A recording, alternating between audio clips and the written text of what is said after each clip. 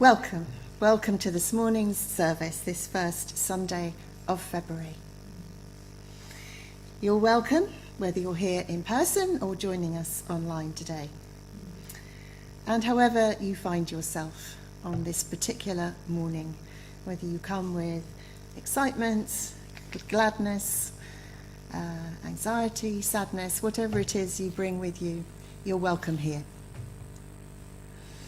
Today we are celebrating the first stirrings of spring and the February festivals of Imbolc and St. Breed's and Candlemas. And I'm just going to start with some opening words by Teresa Cooley. And she says, "In this time of anticipated spring, let us allow ourselves to extend the anticipation, to value the time of budding before blooming, of seeding before sprouting. This is a time of revelation, the revealing of that which is eternal, which we see every year, but need to be reminded to see in a new way. There's also the revelation of that which is new. Every spring we encounter something we've never before seen. It is that very newness which embodies hope and potential for the wholeness that is yet to be. Let us allow this time to unfold slowly, that we may appreciate the true mystery of rebirth and renewal." Some words by Teresa Cooley. And before I light our chalice, just to say a welcome to Amelie, who's here for the first time, to Anne, who's back from her travels, and also to Sheila, who's making her debut on the tech desk. So thank you to you, Sheila, and welcome to you both.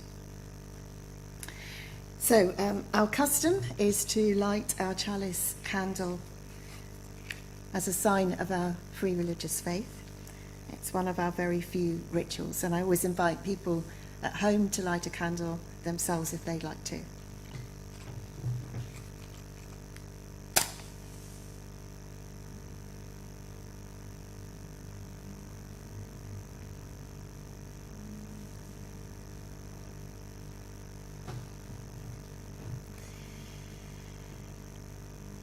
We light this flame to mark the beginning of our precious time together.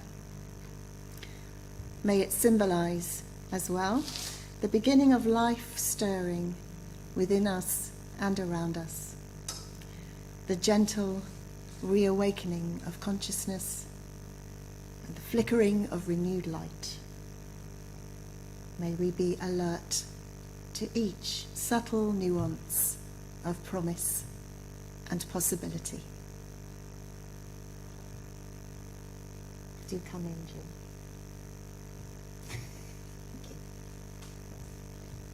Thank you.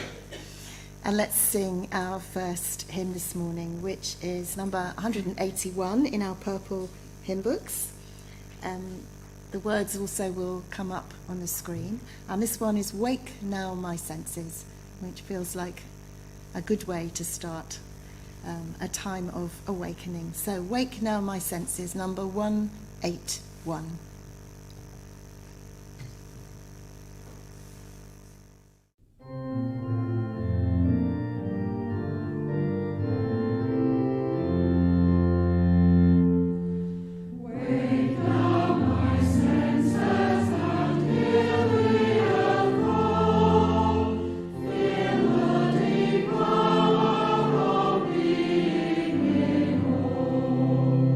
Keep with the word.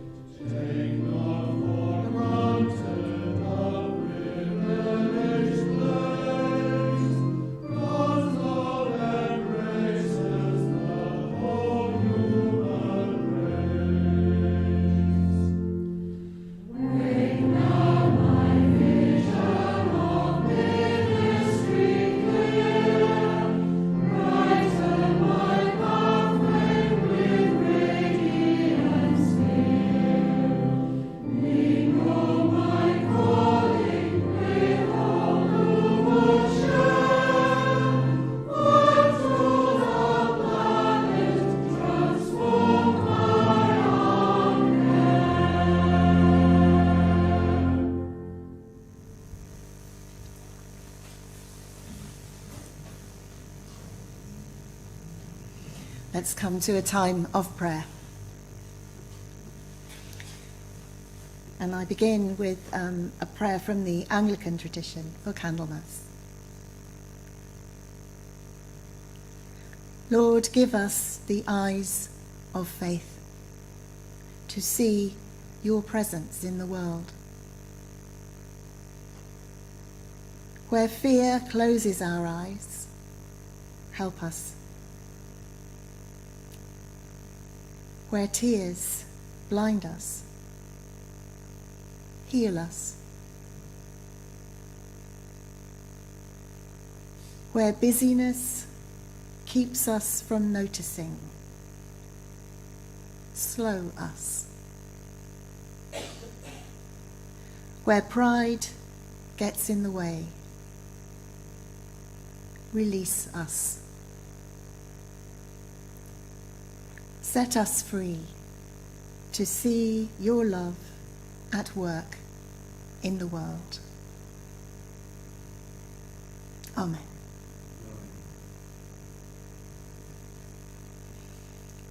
And let us just pause and bring into our mind's eyes, into our hearts,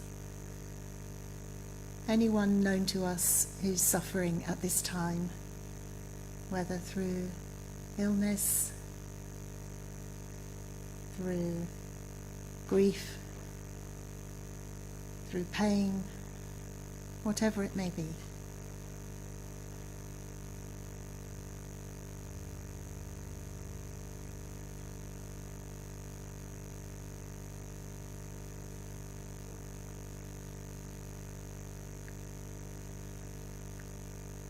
And then may we expand our minds and our hearts a little further to embrace those unknown to us, wherever they may be in the world, in places of conflict, in places of oppression, in places of poverty.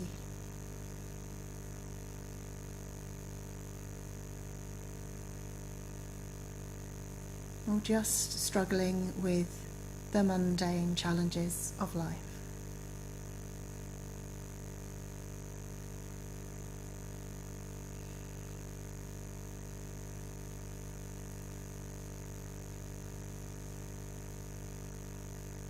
Let us envisage our friends and those unknown to us, just bathed in light.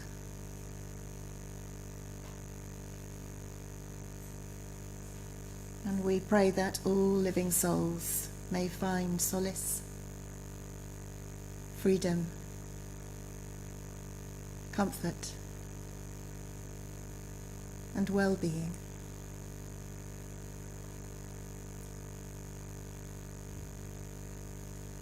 May it be so.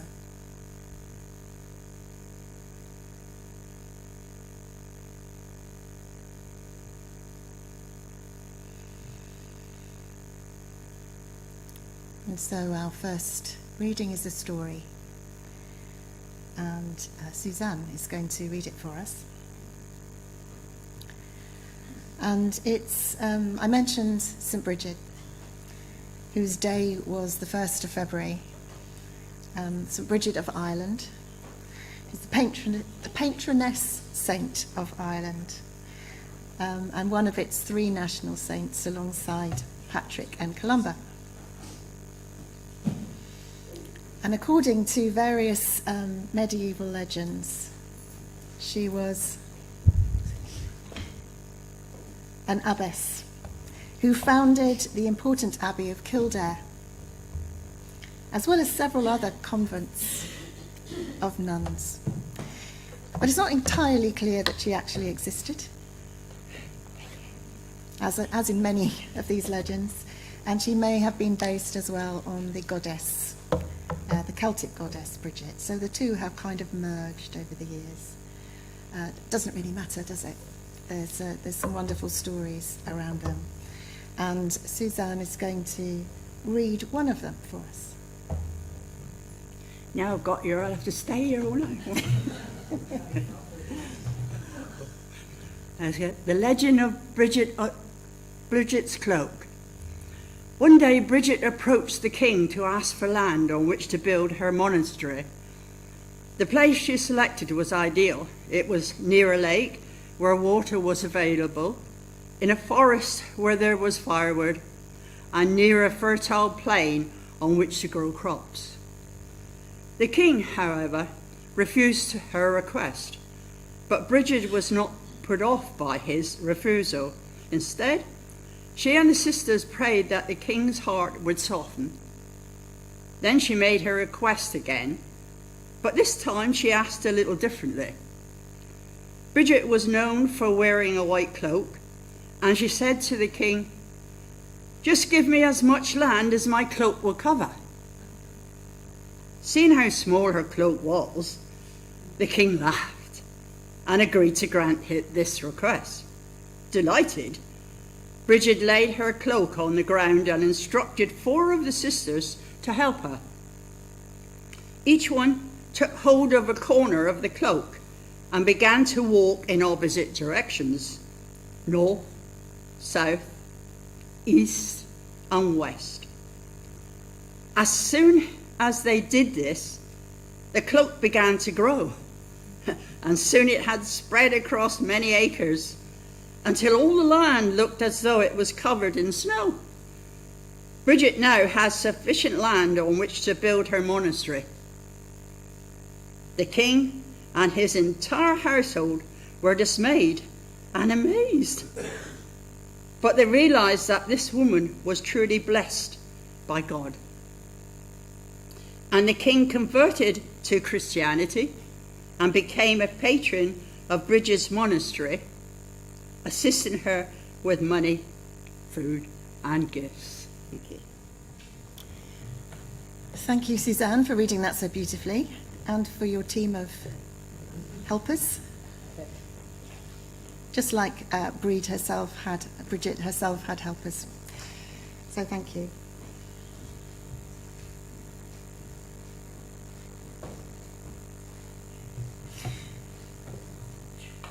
Our second reading comes from a book by Glennie Kindred called Sacred Earth Celebrations. The days are beginning to lengthen. It is still cold, but buds are forthcoming on the trees. Sap is beginning to rise, and the bulbs are pushing through the earth. Everywhere there are signs of the earth stirring. Our acceptance of winter is giving way to an urge to move forwards into springtime energy. Now is the time to prepare inwardly for the changes that will come. Plant your ideas and leave them to germinate. Bring your vision and inner understandings. Bring them out through poetry, through song, and through art. We are trying in our own way to live the dreams and visions of a new age. But we are still bound by our old conditioning and life patterns. We each carry the seeds of a new vision, of a new way of being. Each time these visions re-emerge after the incubation period of winter, they are stronger and we are surer. Words by Glennie Kindred. Let's sing again, and our second hymn this morning is number 147, Spirit of Earth, Root, Stone and Tree. I think we become very aware of the movements in the earth at this time, so this hymn seemed appropriate. So that's 147, Spirit of Earth, Root, Stone and Tree.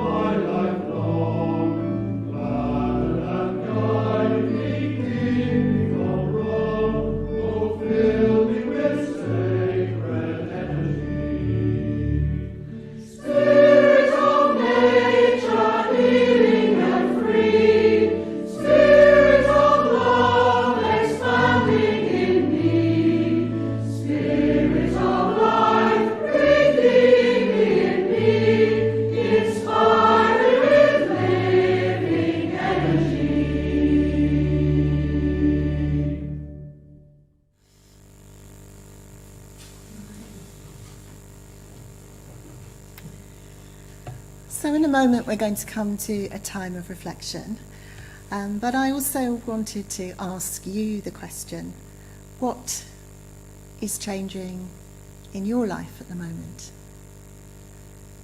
What is new? What is emerging? And so I wanted to give you the opportunity to consider that, and if you would like to light a candle for whatever it is in your life at the moment that's new, that's emerging, that's changing, or even something you're only just aware of, maybe in the periphery of your vision or your thinking, something that you don't even want to speak yet, that maybe you just sense around the edges. So take some time in silence to reflect on that if you choose to. Do light a candle if you would like to. And then after a while, we'll also listen to some music.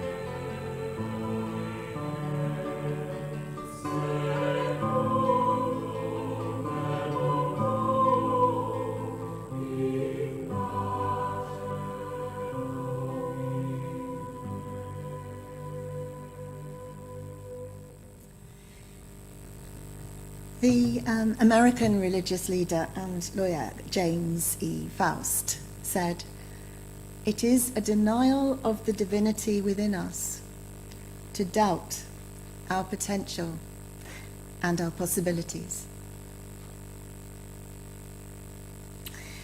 And February begins with a trio of festivals that really do celebrate the miracles of potential and possibility. The pagan festival of Imbolc on the 1st of February is situated at the midpoint between the winter solstice and the spring equinox. And so it's the turning point, or one of the turning points in the year, where winter starts to face spring. The word Imbolc, which is not spelt as it sounds, so it's I-M-B-O-L-C, it's a Gaelic word, and it means in the belly of the mother. And it's associated with the time when the first ewes are milked. And also, of course, marks the first stirrings of the seeds that will eventually grow into the harvest. Joan isn't here today, Joan Frost, that is. Usually on this Sunday, she'll come up to me and say, "Have you started chitting your potatoes yet?" And but I remembered anyway, Joan, so thank you. St. Breed's Day is also on the 1st of February. The story we heard earlier told how she apparently tricked the local king into giving her enough land to build a monastery. "Just give me as much as my cloak will cover," she pleaded, knowing full well that she was going to be able to stretch that cloak much further out with the help of her sisters until it covered so many acres. And February the 2nd was Candlemas in the Christian tradition, a time that also looks both back to Christmas and forward to Easter, and being that kind of midpoint. And it particularly marks the time when the infant Jesus was presented in the temple for the first time, so 40 days after the birth, which would have been in line with Jewish purity laws at the time. And according to the Gospels, there were two, I think they're called old, I'm going to call them elderly, prophets, Simeon and Anna, who had been waiting and watching for this baby's arrival and immediately recognized him as the Messiah. They were ready and they were alert enough to notice. So at this time of year, this early February, we have all these traditions, these backgrounds, these echoes of beliefs and culture from the past that continue to resonate now in the present. And we're reminded that, like seeds lying dormant in the earth, and like St. Bridget and her magical cloak, and like Anna and Simeon in the temple, that we already contain all we need within us. We already contain all that we need to be all that we are meant to be. All our possibilities lie ready and waiting for the chance to be made manifest in our lives. And so what is asked of us then at this time is really that we trust the process and that we remain awake and alert and watchful. Alert to the opportunities that may arise for us and each sign that might present itself to us, however small that might be. I think this is a season of discernment of nuance and subtlety. Of course, later this month, well, not that much later actually, the Christian festival of Lent will begin. In fact, it begins on Valentine's Day this year. And Lent might seem at first thought to be somehow a bit contradictory to the spirit that I'm just talking about. It's often associated with a kind of solemn time and giving up things. But I think it's also really that Lent is a time to simplify. It's an invitation for us to pare things back a little bit so that we can be more alert and more awake and more in tune with our God, with our planet, with our universe. So I understand Lent as a calling to that, a calling to move beyond the distractions and to take the opportunity to go deeper and tune into the wisdom of our souls.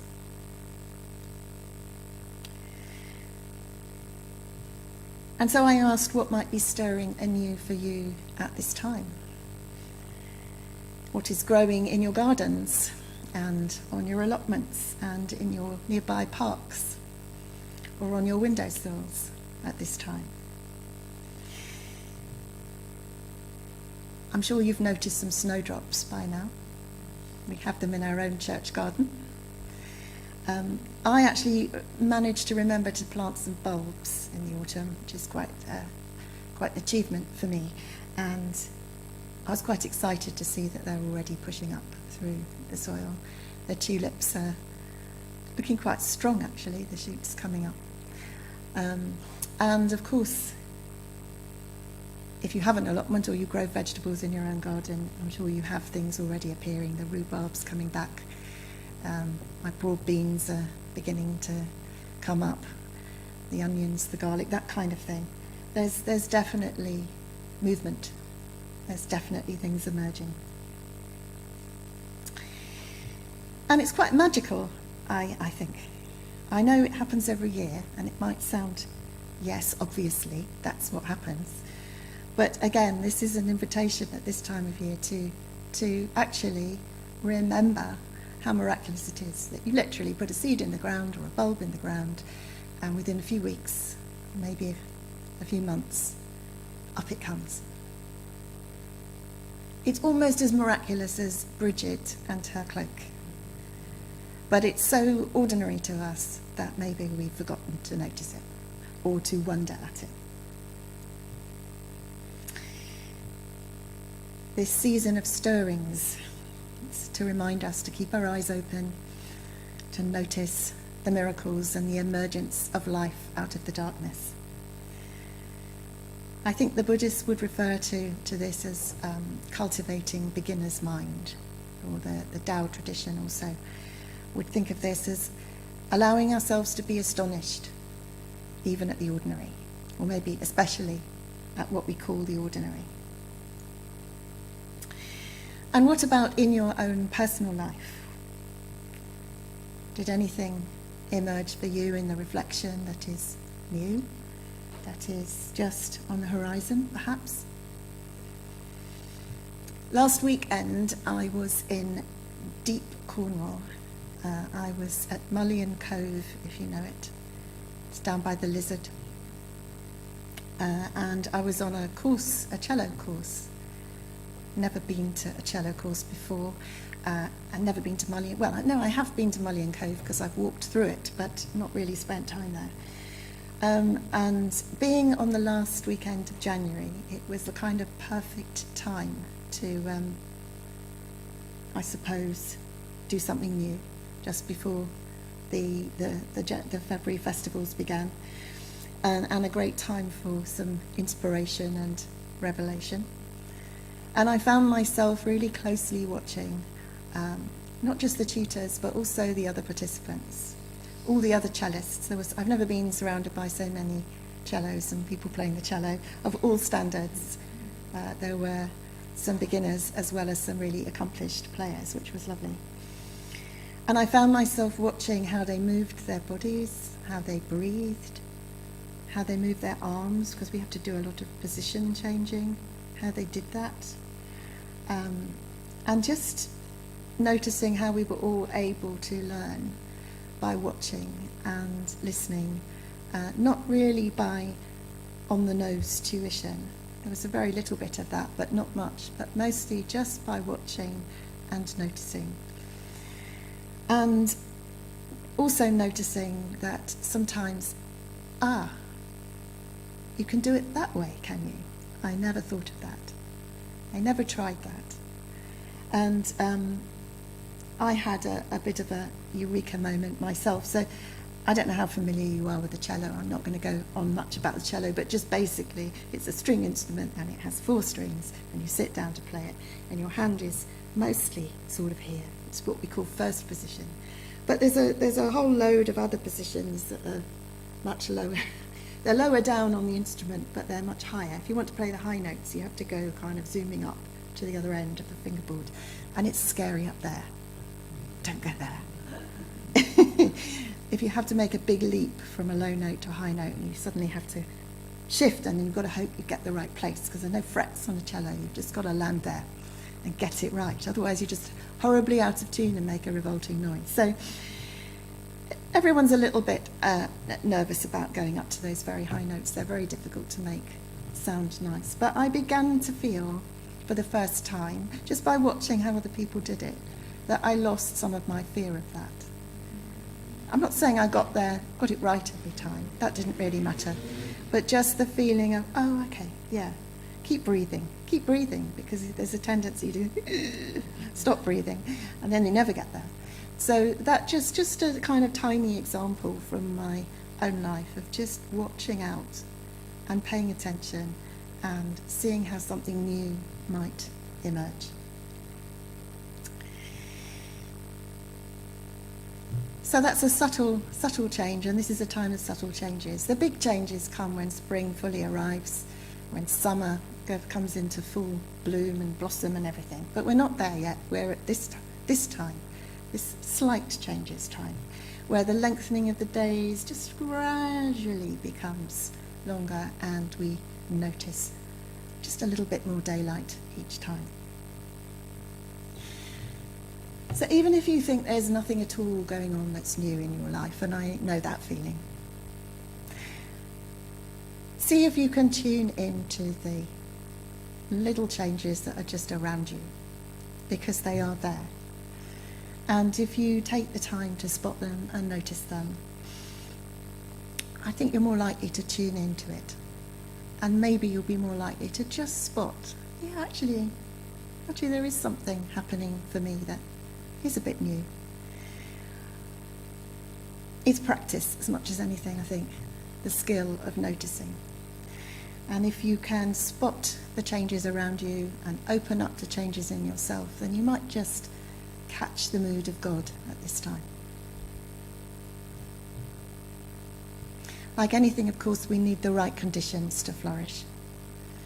So any tentative beginnings we make still need support and nurture. Bridget found she needed her sisters to help her achieve her miracle. She couldn't do it on her own. Suzanne welcomed a little help from her friends to get up to the lectern. I certainly appreciated the help of my fellow cellists. And I think what we do as a community, or what we hope to do as a community, is to be that kind of support. Provide the encouragement and the compassion and the interest in each other's flourishing, so that we can help each other become more fully alive and more truly ourselves. We're meant to shine, and we're meant to help each other shine too.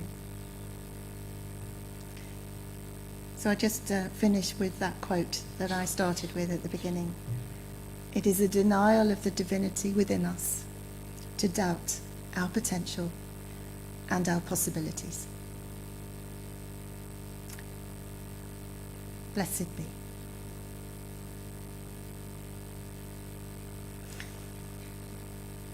Our third hymn is hymn number 42, In the Light of Days Remembered.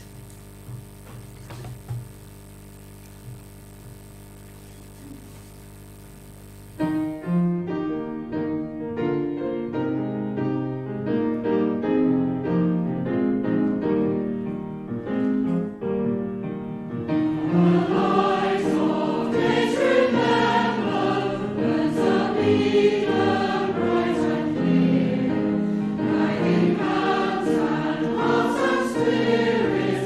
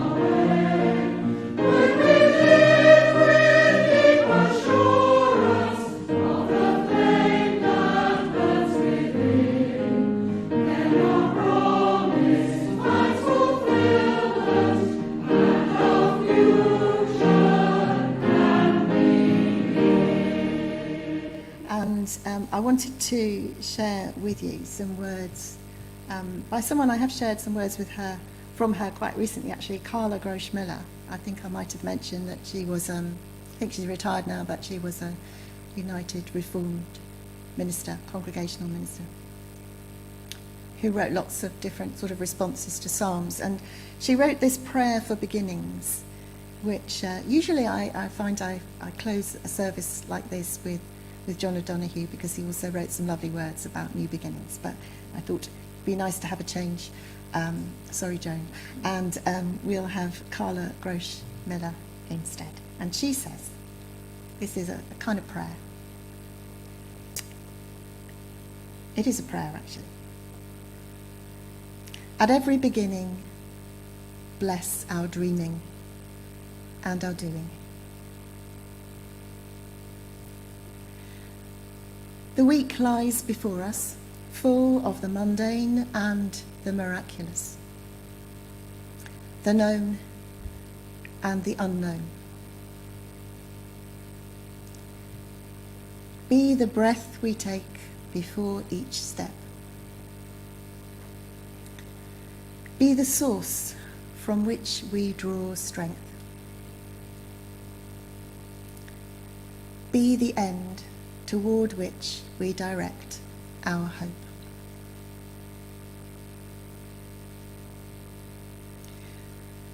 Open our eyes to all that is around us. Open our ears to the song the soul yearns to sing. Open our hearts to the love that lives through us. Open our hands to the task the moment requires.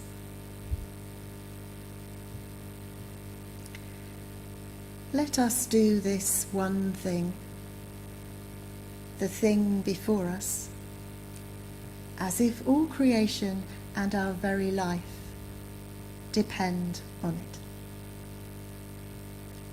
As if you are bent over, watching and listening and willing us to do it well.